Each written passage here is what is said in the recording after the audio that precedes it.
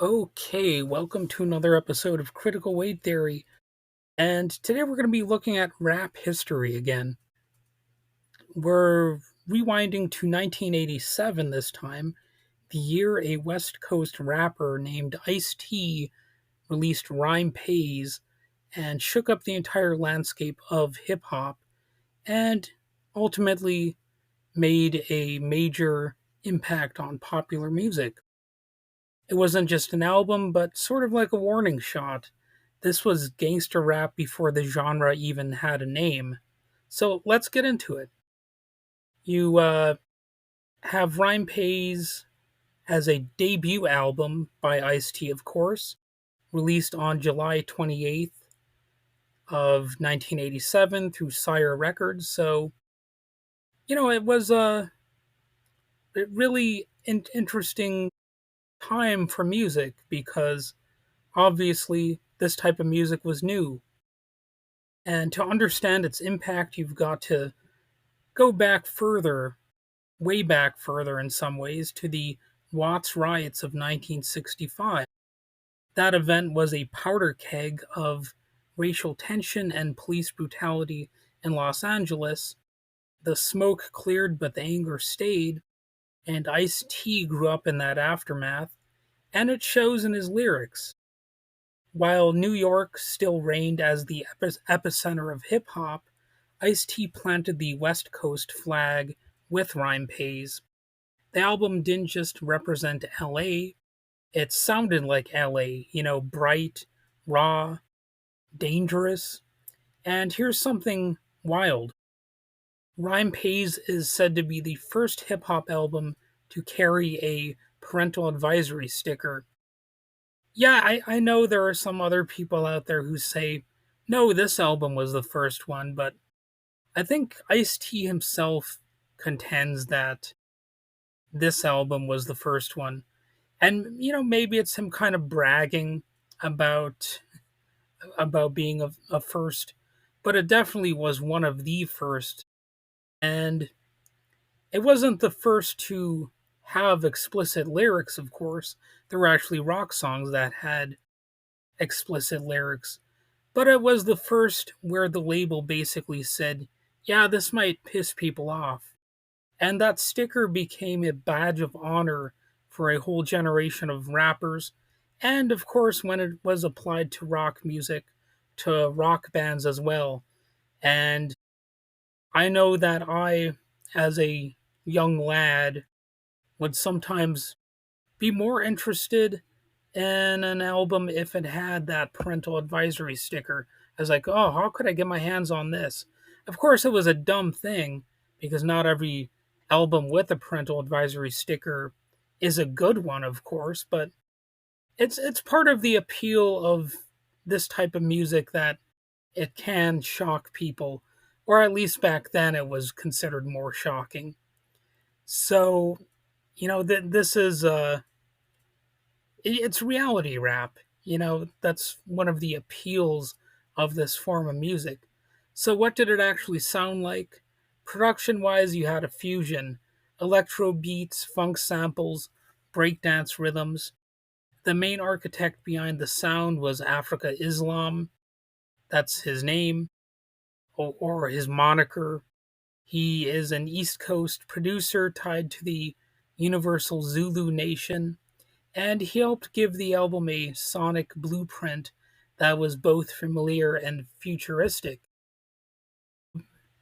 The very opening song, the title song of the album, it has a sample of Black Sabbath's War Pigs, which is, you know, pretty cool how early in the history of rap music you did have this rap and rock crossover. And you have to wonder to what extent that was an attempt to appeal to rock fans, or if it was just that, it was another style of music to sort of exploit. Of course, Ice-T would go on to have as much success, if not more success, with his metal band Body Count. But nevertheless, this suggests that he had an interest in rock music even early on in this stage of not just his career, but of course the history of gangster rap in general. So, lyrically, Ice T walked a tightrope. He told street stories with a cinematic lens, crime, sex, police, hustling, but he wasn't just bragging. He was reporting, calm, cool, calculated. He was talking about the world as it actually is. And as I'm sure he himself has noted, it's really not that different from how Johnny Cash would approach music a lot of the time. You know, he uh, he didn't necessarily engage in violence himself, but he reported on the way the world really is. Johnny Cash didn't actually shoot a man in Reno just to watch him die. Of course, I don't think anybody out there actually thinks that's a true story that you know he actually did that or whatever. But it's a narrative. It's a story told through song, sort of like Nick Cave's Murder Ballads album, which is another great album that I'll probably eventually get around to talking about. But anyway, unlike the aggressive energy that would come with NWA's Straight Outta Compton a little bit later, Ice-T's delivery had a different kind of menace. There was yes, some violence hinted at here, but it wasn't really yelling. It wasn't quite as angry, at least in this album. But it definitely was still gangster rap. So let's talk key tracks here. First up is 6 in the Morning, a foundational gangster rap record inspired by Schoolie D and most certainly other sounds. It tells a vivid story of a police raid, all in Ice-T's signature laid-back style. This track didn't just influence rappers, it really helped define the genre. Then there's the title track, Rhyme Pays. It's part brag, part autobiography. Ice-T is saying, I didn't get out of the streets by luck, I did it with, my rhyme skills. It's pure survival and swagger rolled into one. So Make It Funky is a little bit of a different side. It's another decent track from the album. It switches things up. It's a party track soaked in mid 80s electro funk. It proves Ice-T had range beyond street narratives. And to be honest, it seems like it's a bit of an underrated song. I kind of like it. And I don't think it's on everybody's radar. So check out Make It Funky. It's a relatively fun track, you know, not really quite like the other tracks on the album. And the impact of this album, it was pretty immediate. Rhyme Pays went gold. It proved there was a real commercial power in gritty street rap. It also proved that hip hop didn't have to play nice to sell. And Ice T didn't just become a rap star, of course, he became a cultural force. He'd go on to form the Rhyme Syndicate, act in films, and push boundaries with every move.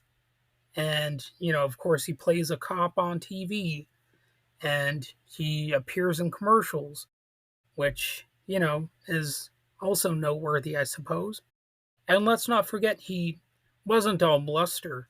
Even in Rhyme Pays, Ice-T hinted at some socially conscious themes, tackling racism, police violence, and the contradictions of street life.